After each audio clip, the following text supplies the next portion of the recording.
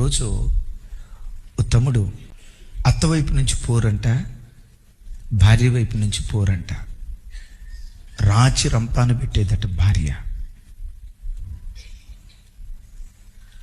అందరూ కొట్లాటైతే ఇంట్లో కొట్లాడతారైతే ఈ అమ్మాయి వీధిలో కొట్లాడిద్దట.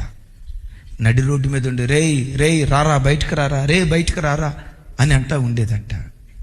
భర్త లాపుటుండి, అరే అంటే అన్నావు కానీ బయట అనకమ్మా, లాప్టుకు వచ్చానమ్మా, నలుగురు వింటారమ్మా, పతివులు ఆడుకుంటాడంట. నడి వీధిలో ఉండి ప్లేట్లు గ్లాసులు ఇసిరేస్తుందంట.